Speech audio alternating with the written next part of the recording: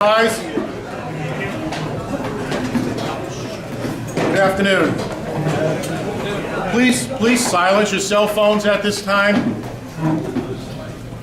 On behalf of the Pro Football Hall of Fame and the Board of Directors of the Pro Football Hall of Fame Luncheon Club, I call to order the second meeting of the 62nd year of the Pro Football Hall of Fame Luncheon Club.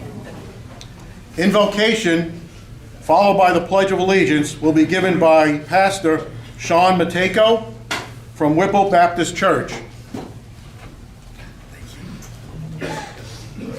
Would you join me in a word of prayer this morning? Our most gracious God and Father, we are truly thankful for the day and the days that you have given to us. The beautiful sunshine, the beautiful no clouds in the sky, no rain, just reminds us that you're a God who loves the football season, and we thank you for that. We also thank you, Father, for our club, and I especially want to pray for Dennis and our board of directors as they move forward into this upcoming season. We certainly pray for all of our members and staff and volunteers that help out, and we certainly want to take a moment right now to remember Glenn Bailey and his family, a longtime member of the Pro Football Hall of Fame Luncheon Club, and we just lift him up in his time of homegoing and for his family that's left behind. We pray, Father, for our speaker today, Dave Oates, and all the speakers that will come, and we pray that as you inspire him, he will truly inspire us as well. And we give you praise and honor and glory in the name of Christ, who is our Lord, and all of his people said, Amen. I pledge allegiance to the flag of the United States of America and to the republic for which it stands, one nation, under God, indivisible, with liberty and justice for all.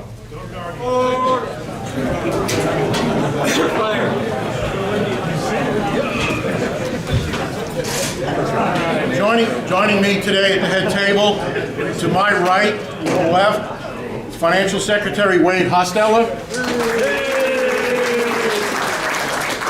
Pastor Sean Matejko.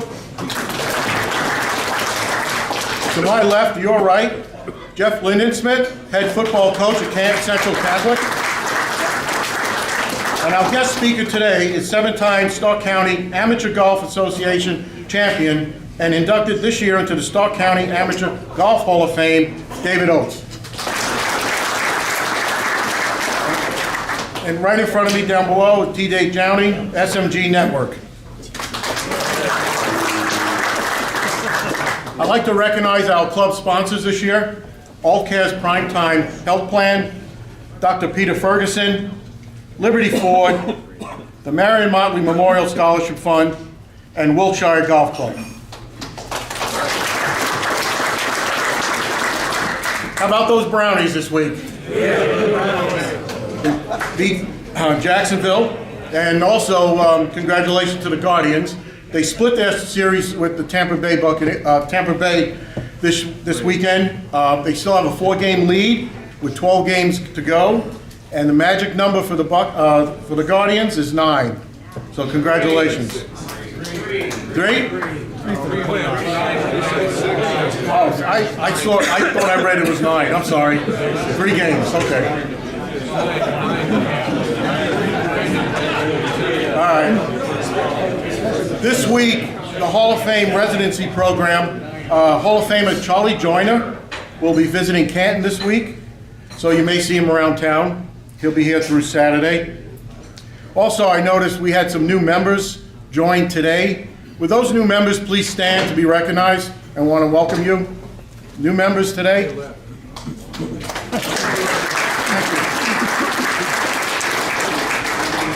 If any of the members would like to introduce a speaker in the future, please see RJ. And also, the best way to stay in touch with the club is to join the Hall of Fame Luncheon Club Facebook page. All club announcements will be on the club Facebook page. This year, the club, again, will be sponsoring the Marion Motley Memorial Scholarship Fund. We'll be donating $1,000 in the spring of 2025 to a recipient. So if you're interested in financially supporting this program, please see RJ. We do have speaker schedules this week. They're in the back. There is one change to the schedule of speakers. The October 14th, we have Aiden Longwell. He will not be joining us this year.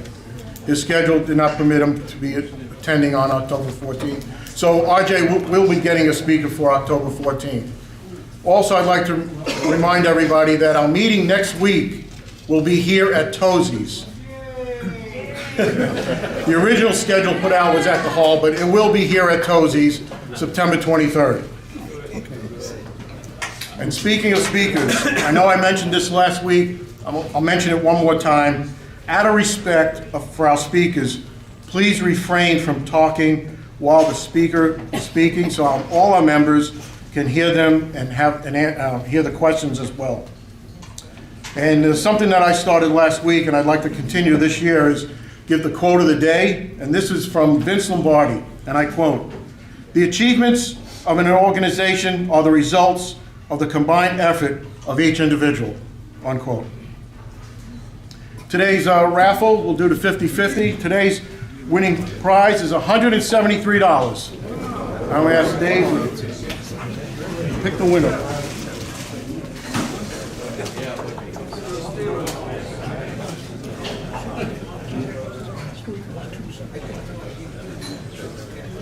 Okay. The winning number is 582-317. We had two different colored tickets this week. 582-317. Ozzy has the money. All right.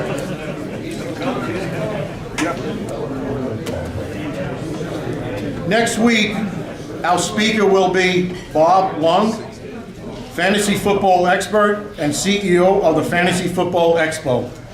And like I said, our meeting next week will be here at Tozzis.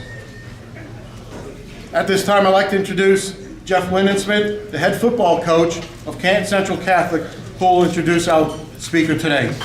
Jeff?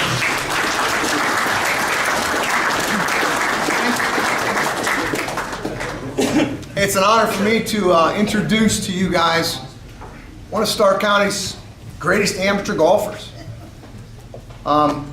Dave is a graduate of Canton Glen Oak. After Glen Oak, he went on to play college golf at Ohio State University. And after his 4 years down at the Ohio State University, he came back to Stark County. A lot of you guys probably in this room, when you were a little bit younger, maybe 20 years ago, saw Dave probably running around up at Skyland Pines, did a lot of work up that way. When he came back to Stark County, he started playing in all types of local amateur events. He has won the Stark County Amateur for a record 7 times. Summit County Amateur record 5 times. He's been to Low Amateur 4 times to Tigertown Open, the Low Amateur 3 times at the Ohio Open. He also was runner-up the Ohio Public Links 4 straight years, and in 2017 was inducted in Ohio Public Links Hall of Fame. He also has won countless SCAGA, Akron Golf Association local tournaments, and recently has won the Stark County Senior title, which I remind him quite a bit at work, the senior title in 2023. He has been Central Catholic's golf coach for 27 years, was named the Stark County Coach of the Year 10 times. His team's had great success. 2-time state titles, 5-time runner-up. He lives with his wife Kelly, stepdaughter Jen, and has 2 grandchildren, Jackson and Regan. I want to tell a quick story because I got to know him, and he's now my principal. He's been the principal at Central for 13 years. Some people thought I was crazy because I replaced Will Kleinfelder, a legend, as a football coach. This guy's crazier than me because he had to replace Father Kaler as the principal. I first took the game of golf up about 25 years, and Father Kaler said, listen, down at Skyland Pines, we're having this big open. It's the Budweiser Open. Junior Petro puts this on. You have 4 guys that come out. There's a golf pro from all over Ohio. Every team will get a golf pro. Everybody will get an amateur. And our team gets me and Father Kaler. So there's 4 of us.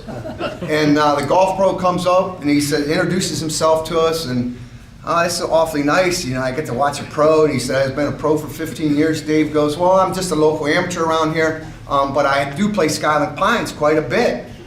And the pro was a little bit arrogant and said, listen, I've been a pro for 15 years. You don't have to tell me anything. I can handle this out here.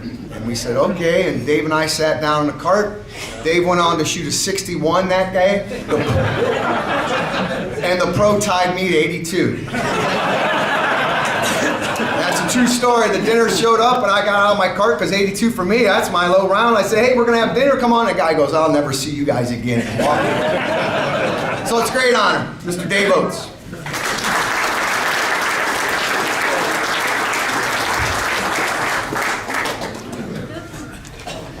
Thanks, Jeff. I certainly appreciate it. And one thing he did kind of didn't mention, we had a lot of fun that day. That was very relaxed, and we drank a lot of beer that day. And it was just kind of one of those days where I hit it 10 feet all day long and made every putt, and nothing could go wrong. It was pretty funny. But I want to thank the Hall of Fame Luncheon Club, Brian, RJ, for having me out here, and hopefully I can entertain you guys a little bit. My golf career started, I was about 12, 13 years old when my dad took me to play golf for the first time.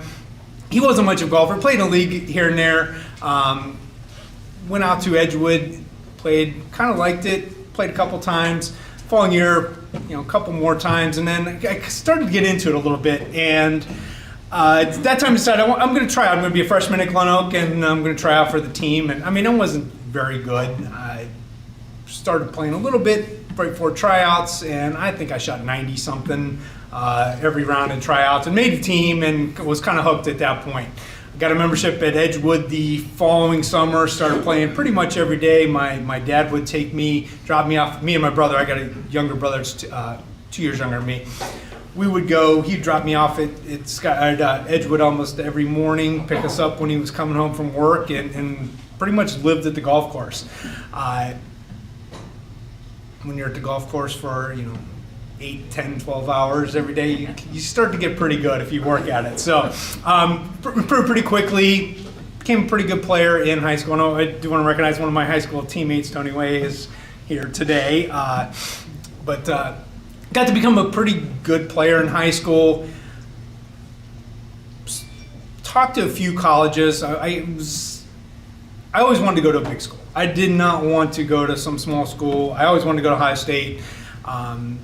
Ohio State was obviously very good. Herb Page at Kent State kind of contacted me late, but I already decided, I'm going to Ohio State. Not going to be golf. I'm not going to play golf. You can still play competitive golf. You can still do all kind of things. After about a year and a half, I decided, I kind of miss it, and I really started playing a lot. I spent the summer. I didn't come back home after my sophomore year at Ohio State. And got to meet some of the guys on the team. Bought a membership at Scarlet. Got to meet some of the guys on the team, and they're like, you should be playing for us. A couple of them talked to Coach Brown for me, and I sat down and talked to him. He said, well, I'll give you a tryout. And played pretty well, and he kept me on a team, which is something I'm pretty proud of. During the 37 years Coach Brown was at Ohio State, he only had 3 walk-ons. So got to play, got to meet a lot of great players, got to have some incredible experiences. And I'll share some stories. I just want to give you a little bit of background, kind of how I got to where I am. And I'll tell you some stories here about my time at Ohio State. But, got to play quite a bit. Last couple years, graduated, no desire to turn pro. I played with a lot of great players in high school or in college, way better than me. A lot of them turned pros. Some of the guys are still pros and still struggling on some mini tours. But came back home shortly after I got a teaching job at Central Catholic and became the golf coach. And 28 years later, I said I'm still there. So it's just kind of hard to believe that it's been that long. Jeff kind of made a smart comment about me being a senior, but let me tell you, I turned 50 last year, and it's fantastic getting to play some of the up tees and not have to compete with all the young kids anymore. But I'm enjoying it tremendously. So I started coaching at Central my first year out, and we were very fortunate to have a lot of really good teams over the years and a lot of really great players. These guys worked at it really hard. We had a lot of talent. We had a lot of guys that really cared. Central's had a great golf program for a long time. And, we were fortunate to be very, very competitive. We got invited to play a lot of really top-notch tournaments across the state of Ohio, put these guys in the most competitive positions they could be in, play as many great golf courses as they possibly could. And we were very fortunate. We were able to win a state title in 2014 and also in 2020. We were in the hunt several other times, finished runner-up 5 times, but there's always a couple you think, hey, we should have won that one, we should have won that one, but I think any coach is going to say, yeah, there's times where you really have a shot, and sometimes it works out for you, sometimes it doesn't. But last year I decided it was going to be my last year of coaching. My role as principal, and after 27 years of coaching, it was kind of just time, had enough. I want to play a little bit more golf myself in the fall, and I can play some senior events, so decided to step down. But have played amateur golf since college. Got back, there's so many tournaments you can play in. Golf is one of the unique games where you can play your whole life. How many of you play golf pretty regularly in here? I would imagine quite a bit. None of you guys are probably playing football or basketball or some of the other things you may have done in high school anymore. There's not that many sports that you can really do something your whole life. And golf, there's so many competitive things. Whether you're playing in a league, whether you're going out with your buddies, or you want to play tournaments, there's so many events you can play in. You could literally play in something almost every weekend if I wanted to. So there's no lack of competition, and that's what always kind of really drove my desire to play. I don't play a lot of friendly golf. Actually, one day last week was the first time I just went out with some buddies and played after work. Every other round is tournaments, and that's what I don't enjoy, just going out and playing for the heck of it. It's all about the competition, and I think the people that really get to a high level, that's what drives them. It is the competitiveness. It is the desire to beat other people, not just to go goof around and have a good time. So I think that's really kind of what drives a lot of people that have been successful. So a couple of things that I just kind of wanted to talk to you about. During my time coaching, golf changed a lot, the way coaching was. When we first started, and you may have heard this, a lot of golf coaches were glorified bus drivers. And that's not to knock them, but we weren't allowed to coach. We were not allowed to talk to our players while they were playing. You sent them out in the first tee, you saw them, ask them what they shot when they got in. That's literally all we were allowed to do. That's the way the rules were set up. Part of the State Golf Coach Association, and I was involved in the Northeast Ohio Golf Coach Association for a lot of years, constantly pushing to let us coach. We need to be able to do something. Could you imagine a football coach or a basketball coach putting them out there and not being able to talk to the kids? Hey, how'd we do when we got done? It's ridiculous. But we constantly pushed them. Eventually it got to a point where if you're playing a 9-hole match, you're allowed to talk to them after 5 holes. 18-hole match, you can talk to them after 9. I mean, that was an improvement, but it's still kind of ridiculous. Eventually, we got to be able to talk to them after every hole. You couldn't talk to them while they were playing a hole. You could talk to them between holes. And I can't tell you how frustrating that was as a coach to be standing there watching a kid play and see them about to try to rifle a 4-iron through a 50 yards away through about a 2-foot gap in this tree. Know they're going to make a big number. Know they're going to do something stupid, and you have to stand there and watch it because you're not allowed to talk to your players. Extremely, extremely frustrating. Eventually, and this has been about 7-8 years now, you're allowed to talk to the players except on the putting green. So and that's when you see the good coaches and people that understand the game can make a difference.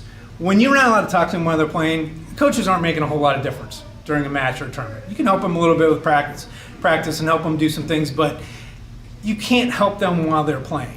And that was probably the most frustrating part of coaching early on. You just had to sit there and watch, and you couldn't help them save a couple shots here and there. I'll never forget it, down at the state tournament, we had a pretty good team, and my one man, I'm sitting off the green watching him. He had to move his mark out of the line of another player, and he doesn't move it back. And I see him not move it back, and I can't say anything. I'm not allowed to talk to him and can't say, hey, move your move your mark back.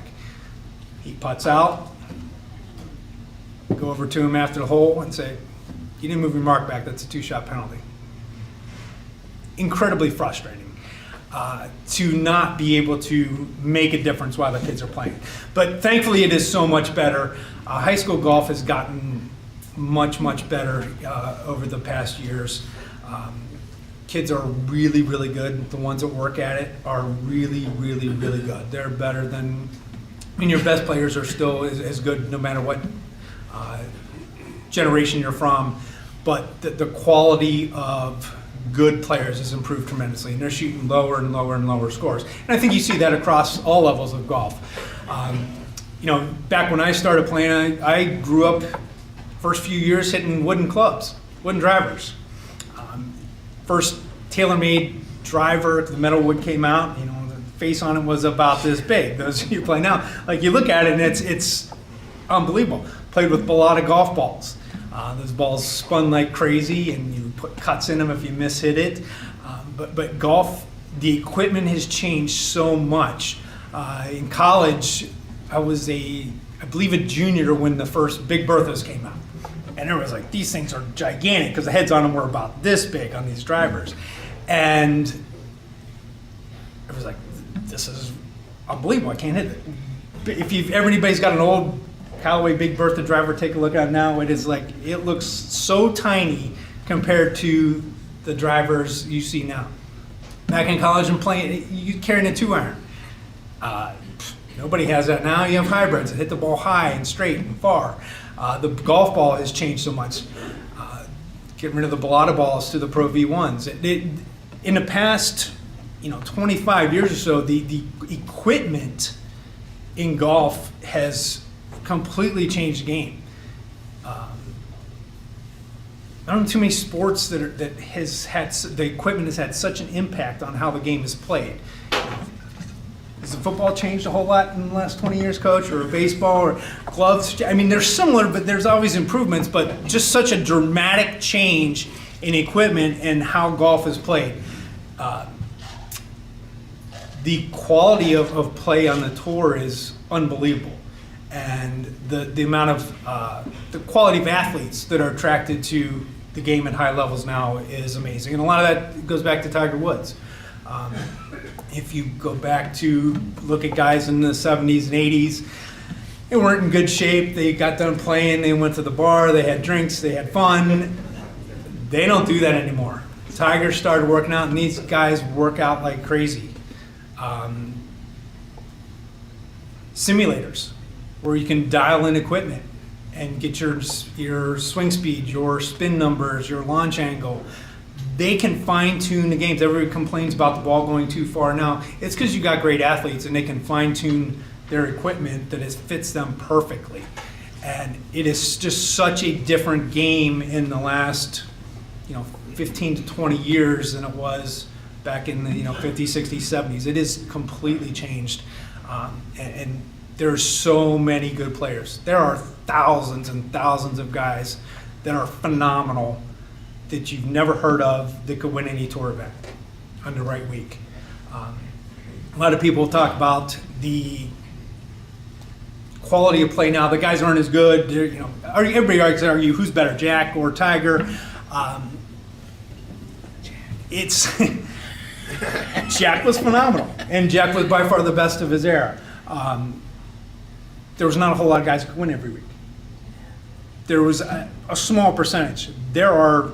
Anybody in that field can win now. The quality, the depth is changed tremendously. It's like Tiger Woods completely changed the type of person that was attracted to golf and how it's played. And it's just a remarkable difference. So those of you who grew up playing years ago, think how different your clubs look, how different you hit. I hit the ball farther now than I did in college with the equipment. It is completely different. And I don't think too many sports have really changed that much in such a short period of time. Well, you look at tennis. I mean, how different are tennis rackets of today versus 20 years ago? Completely different how they've revolutionized the game. But there's not a whole lot. So anyway, enough about me. I want to tell you some stories of some people I got to meet and play with over the years. Down in Ohio State, and I'll make sure I ask some questions, or you guys have some questions for me, but down in Ohio State, and one of the questions I get all the time is, who's the best player you ever played with? I got two answers for that. Playing one time was Tom Weiskopf. His son, Eric, transferred to Ohio State in the spring of 94, I believe. Came in, he was there the summer, right near the end of school. He was going to start in the fall. Anyway, him and I and a couple other guys were down at Ohio State in the summer. Not a lot of guys went home. We had guys from Europe, we had guys from Canada, we had guys from all over the country. He's like, so we got kind of know each other, play. A handful of us would play all the time. And he's like, hey, my dad's coming in tomorrow. Do you want to play? Yeah. Are you kidding me? His dad was, obviously a British Open champion, phenomenal player, Hall of Fame member, phenomenal golf course designer. He designed a place at just north of Columbus, Double Eagle. And if anybody ever gets a chance to play that, it's probably the finest conditioned golf course I've ever seen in my life. Very, very tiny membership. They literally have more people working on the course than the number of rounds that are played there a day. I saw guys on bunkers with scissors, literally trimming the grass around the bunkers. But he's like, hey, he's got to come check the course. You want to play with him? Obviously. How many times you get a chance to play with a major champion? But the best player I played with regularly was a guy named Chris Smith. Chris graduated from Ohio State in '91 and turned pro. Phenomenal player. He was Big Ten Player of the Year, won a ton of tournaments in college. Chris won the Ohio Open shortly after that. Chris was incredibly long, one of the longest guys you've ever seen. And just a quick story about Chris. When he turned pro, Coach Brown called up Jack Nicklaus and said, hey, I got this kid. He's down playing mini tours, trying to make it. Would you go play with him? Would you take a look at him and kind of give him some advice how long? This kid's an incredible talent. So Jack said, sure, no problem. Chris is down in Florida, meets Jack at his club, and they're going to go play, and it's Jack and Greg Norman shows up. Now, this is the time Greg Norman's, one of the top players in the world, you're talking early 90s, one of the greatest drivers of golf ball, super long. Anyway, everybody's telling Greg Norman, this kid is so long, going on and on and on about how far Chris hits the ball. So they get on the first tee, Chris says, I'm scared to death. I'm with Jack Nicklaus and Greg Norman. And he said, first hole, it kind of goes uphill, kind of goes up a little bit over a hill, and you can't really see where the ball lands or where it finishes. Chris said, I'm scared to death, but I absolutely slaughtered this golf ball. Hit as good as I possibly could. They all hit. They're walking up, and there's one ball top of the hill, and then there's another ball about 30, 40 yards past it. So Chris, kind of being the cocky, 23-year-old kid or whatever, kind of stops and is off to the side, thinking this is Norman's ball. Norman doesn't really, looks down at the golf ball, just keeps walking, turns around and says, that's just so you know, kid. Chris said, I was never more intimidated in my life. I hit it as good as I can. He blew it 40 yards behind me. The rest of the day, I was 20 to 30 yards passing, but it was just, that's a different level that those guys at the top of their game that have.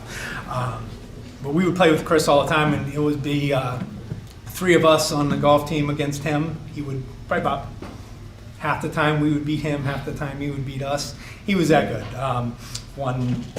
He was the first guy ever to get to it was the Nike Tour back then, but won 3 times, Player of the Year, got the first time to win 3 times to get promoted to the PGA Tour, and then he did win a tournament, I think in 2001 or 2002, won a PGA Tour event.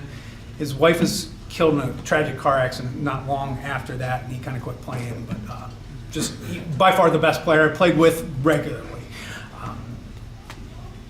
Speaking of Chris, one of my college teammates, one of my best friends on the team, he started caddying for Chris right out of college. A guy named Matt Minister, and he was a year younger than me.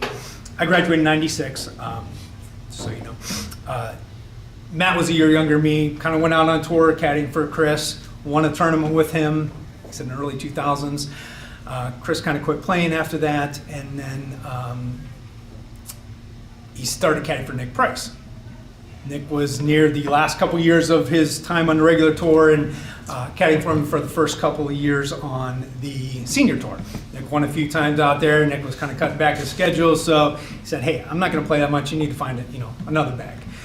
Started caddying for Sang Moon Bae, who won 2 times on tour, and then Sang Moon Bae had to go to do his military service in Korea, his 2-year mandatory military service. So he's looking for another bag and ends up on the bag of Patrick Cantlay for 5-6 years. Won 9-10 tournaments with him. Patrick fired Matt last summer as Joe LaCava, Tiger's old caddy now.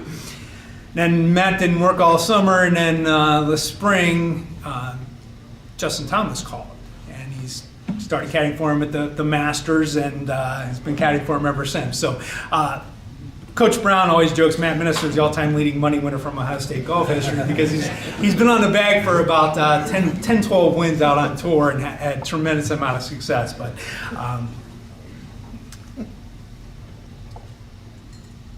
in college, anybody been to the Murfield tournament? Ever gone down to the Memorial? We used to get to play there a lot in college. ABC always carried the tournament back then, and they would invite us to have the team come out, and we'd either be spotters or we would work in the production booth and tell them what hole they're on, or we would tell them, walk with the groups and tell them they're hitting a 7-iron or they're hitting a 6-iron, whatever it might be. Those of you been to down in the Columbus area is a lot different now. Back then, there was a 2-lane road going out to Murfield, and there was this little tiny bar called the Bogey Inn that was on the way. Anybody been to the Bogey Inn? It was a tiny little bar, kind of next to nothing. Anyway, we're out at Murfield, and one of my teammates, a guy named Jimmy Bell, his dad ran the Arnold Palmer tournament, Bay Hill, for years and years and years and years. So he knew a ton of these guys. So we're out there, we get locker room access, we get all kind of stuff. We all go to the Bogey Inn. This was the players used to always go there. This was the hangout for the players. This is, you're talking 1995 or so. Players would always go there. So, of course, college kids, yeah, we're going to the Bogey Inn. We ain't going in. I spent a whole night drinking Foster's with Ernie Els and listened to a whole lot of stories, which was very entertaining. And Roger Mulpey, the TV commentator, he was still playing a little bit at that time. He got an exemption that year. He'd won the tournaments. He got an exemption that year. He shot 67 in the first round. We're in Bogey Inn, and Roger was doing a lot of celebrating with his great round, because he was literally sitting down with his head on the bar that night, and I think he shot like 79 or something the next day. Didn't surprise anybody, but so my connection at Ohio State, you really got to meet a lot of great players, a lot of good people. Met Jack Nicklaus a couple times. Back then, Jack didn't have a lot to do with Ohio State. He was kind of upset. Ohio State doesn't give honorary degrees, and he wanted one. And they basically told him no. And he kind of didn't have a lot to do with the program or the university for a while. Anytime Coach Brown needed something, he would call Barb and say, "Hey, Barb, you need to tell Jack to do this," and she would do that, and he would get his stuff or whatever. But the relationship started to change kind of near the end, and he decided he was going to host a tournament for the team out at Murfield. So invited all these top teams, and the Nicholas family there's like a 3-house compound kind of in the middle of Murfield. So they'd have the team over, have a cookout for us, dinner for us, He only stayed for 5 minutes, shook everybody's hand and left. But his son, Gary, graduated a few years older. So there's a lot of guys on the team that knew him. But so I did get to meet Jack a couple of times. But, they built the Jack Nicklaus Museum. Anybody been to the Jack Nicklaus Museum right there on campus? They built that, I would say, early 2000s. It wasn't long after that. And Jack's had a great relationship with Ohio State. Did a major renovation of the Scarlet Course about 15 years ago or so. Anyway, wanted to make sure I left time for questions. What would you like to know? Or what you can ask me anything. Yes, sir. Regarding putting, should the flag be left in or out? Should you leave the flag in when you're putting or take it out? So the rules changed, this is 4 years ago maybe or so. During COVID, you weren't allowed to touch the flag if you were playing golf, and you had to leave it in. It depends. I would say it depends. Most of the science shows it's better off out. But if you hit one really, really hard and it hits the pin dead center, you got a way better chance of it going in. But you see some differing science behind it. Some will argue it's better to leave it in. Some will argue it's better to take it out. I always take it out. If I'm in a chip shot I think I can make, I'm taking it out. Thank you. Absolutely. Yes.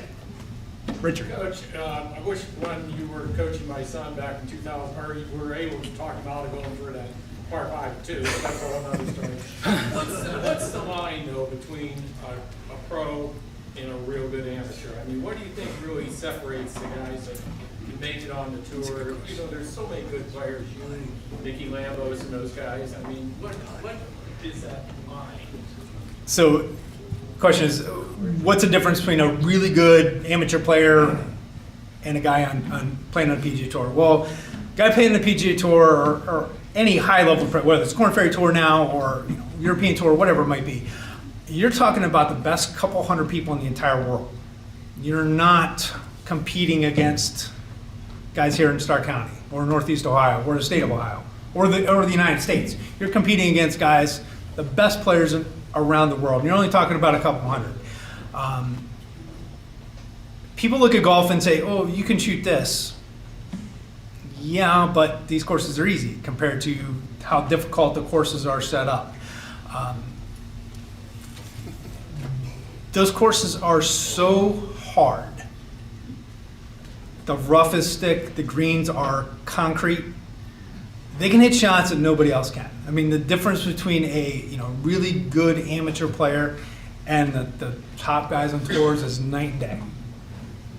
It's a difference between a high school quarterback and an NFL quarterback. It's that different. A lot of people ask me, why didn't you turn pro? Why didn't you try to play? You were a great player. Because I'm not that good. I mean, I'm good here. I'm good locally, but I played with some of these guys. It's different. It's a completely different ballgame. What's the difference between a great high school pitcher and Clayton Kershaw? I mean, you're a great hitter. Can you hit this high school kid? Yeah. Can you hit a major league pitcher? Probably not. We're not very consistently. With golf, everybody can play good at times. And you're talking the difference between the number one player in the world. Scotty Scheffler has been on a heater here the past year and a half, which is, I mean, by far the best golf that anybody's played since Tiger, because he's been that much better than everybody else. But normally, there is such a small difference. I mean, you're talking, these guys analyze stats. They are so into the stats now, which, speaking of another change, they can tell you how much shots gained is a whole different category, and how good they are, what their tendencies are. You're talking about, they're looking to improve, can I improve a tenth of a stroke in this area, a tenth of a stroke in that area? You're talking like microscopic changes that add up over the course of a year. And if you can save a quarter of a shot per round, the difference between, over a 4-round tournament, over a season, you make some cuts, you miss some cuts. That adds up so much. That's the improvement you're looking at, from the difference between the top guys in the world and guys that can't get out there. There's so many great players on the Korn Ferry Tour that would absolutely win. Sometimes it's a matter of getting a chance and taking that opportunity and playing well when it counts, because that's the hardest part. A lot of guys are going to play great golf throughout the year, and as good a golf as anybody in the world. It's when they have that chance. Those guys that aren't on tour, when they have that shot, can they do it for 1 week? Can they put 4 great rounds together so that they can get the card? Or can they play good enough to get through Q school? Can they play good enough in a Monday qualifier where they got to go out and shoot 63 or 4 to have a chance to get an event? And then you get an event and you got to make the cut and you got to play great, because sometimes there are miracle stories like that do happen, but it's not often. But yeah, there's so many phenomenal players, and a lot of them just need a shot. And when they do get that shot, they got to play great and take advantage of it. Yes, sir. When you set the courses up, from what I've heard, all the courses are the same: green, fairway, rough, and the PGA. The only variance is the U.S. Open, the Masters, and the other U.S. Those are the only ones that can vary their greens, their fairways, and their rough. Is that true? So he was asking the differences between course, say, week to week on the tour versus like the major championships. They are all different, but they're very, very, very similar. Weather plays, I mean, no weather issues, they're going to be very, very similar week in and week out as far as how the rough plays, speed of the greens, firmness of greens. There's not going to be a whole lot of differences. The difference is when you get no rain and you get a lot of wind. It doesn't matter how long a golf course is. It can be 8,000 yards and it doesn't make a bit of difference. If it is soft and there's no wind, these guys will shoot nothing. Look at the tournaments where they have some perfect weather. It's soft. They got some rain. Ball hits and stops on the greens. You could play 550-yard par 4s and it does not matter. It doesn't matter if they're hitting a 6-iron, a hybrid, a wedge into these greens. They're going to hit it close. They're so good they will tell you the exact number they're going to hit it, and they're going to hit it that distance. The difference is when that wind starts blowing and the greens get firm, it's tough because there's things out of their control. The major championships are usually set up tougher. The rough is usually a little bit longer. There's some tour events that do have a little bit longer rough and make it a little bit more challenging. That's why you see some tournaments on tour, you'll see average winning score maybe 10 to 12 under, 15 under. Other ones are going to be minus 30. Yes, sir.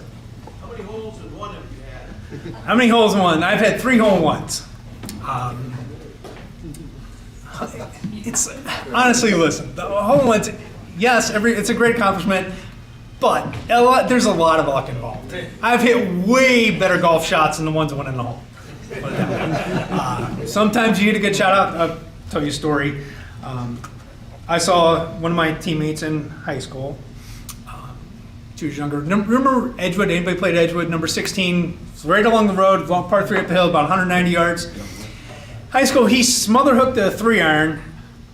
It was going out of bounds. It was probably going through a windshield of a car. Took one bounce, hit the telephone pole, bounced across the green, in the hole. So, I mean, sometimes you get really lucky and the ball goes in the hole. Sometimes you get great shots and it doesn't go in the hole. Yeah, so I mean, some people, I know guys that have, 10, 15 hole-in-ones. Other great players I know that have none. Just depends. Sometimes it depends how aggressive you play in par 3s too. I'll tell you, if you're firing a lot of pins on par 3s, you're probably not playing real smart. But, yes sir. Do you know if on the PGA Tour there's a drug testing program? Yeah, they do have drug testing on the tour. Yeah, there's a whole list of things. Actually, someone, I forget who it was, just a week ago, 2 weeks ago, got in trouble because they took a cough medicine. Over the counter, they were sick, took an over the counter NyQuil or whatever, and there's a something in it they got tested, they're suspended. So yeah, there is testing. Very few guys get caught with stuff. I'll leave it at that. Yes, ma'am. Getting back to the story you had about your student who, did not replace his ball. Could a teammate have told you to put it back? Yes. So you're playing with somebody a person from 2 other schools. And good etiquette, you ask somebody to move your mark. As soon as you putt it, hey, make sure you move that back. It happens. It was nothing intentional, and I'm just sitting there like, oh my gosh, like I know what's happening, and I can't say anything because it's a penalty it's a 2-shot penalty if you tell them. It's like, yeah, very frustrating. Yes, sir. Getting back to where you started, you weren't allowed to talk to your players. What was the reasoning behind that? It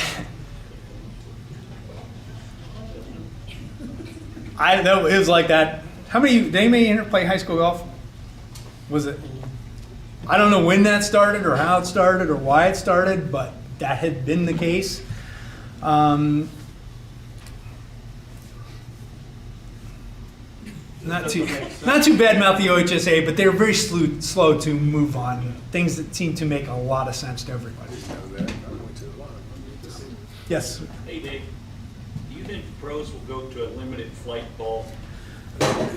There has been talk about it because there are new regulations that are taking effect in 2 years, where there's some regulations on the ball that are going to kind of roll back the golf ball a little bit. It's not going to matter. Not with the equipment. It's not going to matter because you can scale back the golf ball and it can only go so fast. But the equipment companies are going to find, and the players are going to find ways to maximize what they can do. They're going to hit it just as far. It's not going to, all of a sudden you're not going to see the ball going 10% shorter. It, on paper, yeah, but they're going to change their equipment because that's what they do to maximize their ball flight and their distance. And a lot of them aren't hitting it as far as they can. Keep that in mind. If you see how far some of these go, they're not hitting it as hard as they can. They're hitting it in number, especially with the irons. Yes. You mentioned earlier that about it's just kind of you out there a little bit. In other sports, you got the coach, you got other players, and certainly you're a tremendous golfer because of the number of championships and stuff that you've won. So I guess my question is, going into that, how does that pressure mount up inside of you, and as you're going along and you begin to realize I've got a real shot at winning this or repeating, and the pressure's getting greater and greater and greater, how do you deal with that pressure? I think if you put yourself into those situations a lot, the pressure doesn't bother you. You look for it's what you thrive on. You want to be in that situation. That's why I play. I don't have any interest if I'm going to finish 15th in something. I lose interest. If I got a chance to win down the stretch, that's why I want to be there. So I think the more times you are in that situation, the pressure doesn't bother. That's what you look for. You want that. You want to be in the competition. You want that opportunity. Sometimes you win. Most of the time you don't. But that's what everybody wants. And then the more times, and this is what I always told my players, like you got to play in tournaments summer because the more times you're in competition, the better you're going to be. The better you're going to handle being in a tough situation. The less mental mistakes you're going to make. I didn't win a ton of tournaments because I hit the ball so much better, or I did this better, I did this better. I always chipped and putted well. I would say there wasn't too many that chipped or putted better than me. But there's so many other parts of the game. Anyway, if you don't make mental mistakes, you don't have to take great shots. Shoot a good score, you don't have to get great shots. Mediocre shots. I'll never forget one of my players years ago. I won't mention his name, but he was playing with Max Moldman. He was like, Max isn't that good. I'm like, really? It's like, he hits it. He doesn't hit it that far. I mean, he hits it down the fairway, and then he hits it on the green in 2 putts, and every now and then he hits one close, or makes a 20-footer somewhere. And I'm like, what did he shoot when you played with him? 66. What'd you shoot? 78. Boring golf is really good golf. You hit it in the fairway, you hit it on the green. You know, every now and then you hit a putt close or hit a shot close and have a tap in, or you birdie the par fives, or you make a 20-footer somewhere. That's good golf. Good golf is boring golf. It's not hitting miracle shots out of the trees. It's hitting in the fairway, hitting in play, and I was good at that. I drove it straight. I didn't fire at a ton of pins. Probably why I don't have very many hole-in-ones. I rarely hit it at a pin on a par 3. Hit it in the middle of the green, hit 20, 30 feet, and you part of the par 3s, birdie a lot of the par 5s, and catch a couple par 4s, you're probably going to shoot a pretty good score. And you can be pretty consistent. Yes, sir. Back. I'll stand because I heard of controversy. Coach for a long time, I thought about coaching track and golf. It's like when parents complain their kid not on the starting team, track you just say, well, it's not the fastest. In golf, you just say, oh, that's because the other kid got the better score. You have to explain to the parent why they're not. I'm sure it had to happen. Yeah. All those years. Let's hear about it. Golf's pretty quantifiable, right? I mean, your kid shot this kid shot this. Day in and day out, that's pretty easy. You know, Coach Lindesmith has a much difficult time saying, well, why is this kid playing offensive lineman and my kid's not? Well, there's not the empirical data that's there. But golf is pretty simple. But yes, you do have some that say, well, oh, he played an easier course, or it's pretty simple. And a lot of times when I over the years, and we would do this in college all the time, like it wasn't the same guys. You played a qualifier. You know, I had the 4 guys that were on my team, and I played a couple tournaments my junior year I qualified for. My senior year, there was 2 of us, me and Matt Minister I was talking about. We're kind of like the 5-6 man. 5 guys are going to play in tournaments. And we would have a qualifier, and it wouldn't be just him and I. It would be 7, 8 other guys on the team, and you were going to play in 4 rounds, 5 rounds to go to the next tournament, and low score was gone. It's pretty simple. You know, if we played well, we might not have a qualifier the next week. If we won the tournament, maybe everybody was taking the same group to the next tournament. But if you didn't play well, you were back in the qualifier, and you had to earn your spot. So when I would do the same thing in high school. That if there's a questionable who should be playing, hey, we're going to go play 3 or 4 rounds, and low man's gone. If you want to go, play better. That's kind of a easy. Yes, sir. Do you see an increase or a decrease in the number of young people playing this sport currently? And do you think the closing of so many public courses in the area affects that in any way? So ask if see an increase in or decrease in high school golf and the impact that all the closures of courses have around the area. Yes, there's. Golf is becoming a different sport. I would say there's a decrease, at least in this area. And I'm not sure around the rest of the state or other parts of the country. I mean, golf in general has had, the numbers have skyrocketed, the number of people playing golf since COVID. I mean, there was an explosion of golf since COVID. Younger people I see fewer and fewer and fewer, at least around here. I know when I first started coaching, I'd have 35, 40 kids try out, and so would many of the other schools in the area. There was years near the end where I didn't cut anybody. I had 8 or 9 try out. Some other big schools in the area would have 15 kids try out, where they used to have double, triple that. Is it cost or interest? So yes, is it cost or interest? Both. With the closure of golf courses around here and in many other parts of the state, there's not a whole lot of access. Where are you going to go play if you're a kid? Courses are full. They're busy. You don't have the access, or they can sell their tee times and pack the courses. I'm not saying they're discouraging kids from coming, but it's not like the first tee's wide open all day long and they can go out and play whenever they want. And it's not. Interest changes. The good kids are really, really good. What I've seen the last few years, the good players still play all the time. They work at it nonstop like the good players did for years and years and years.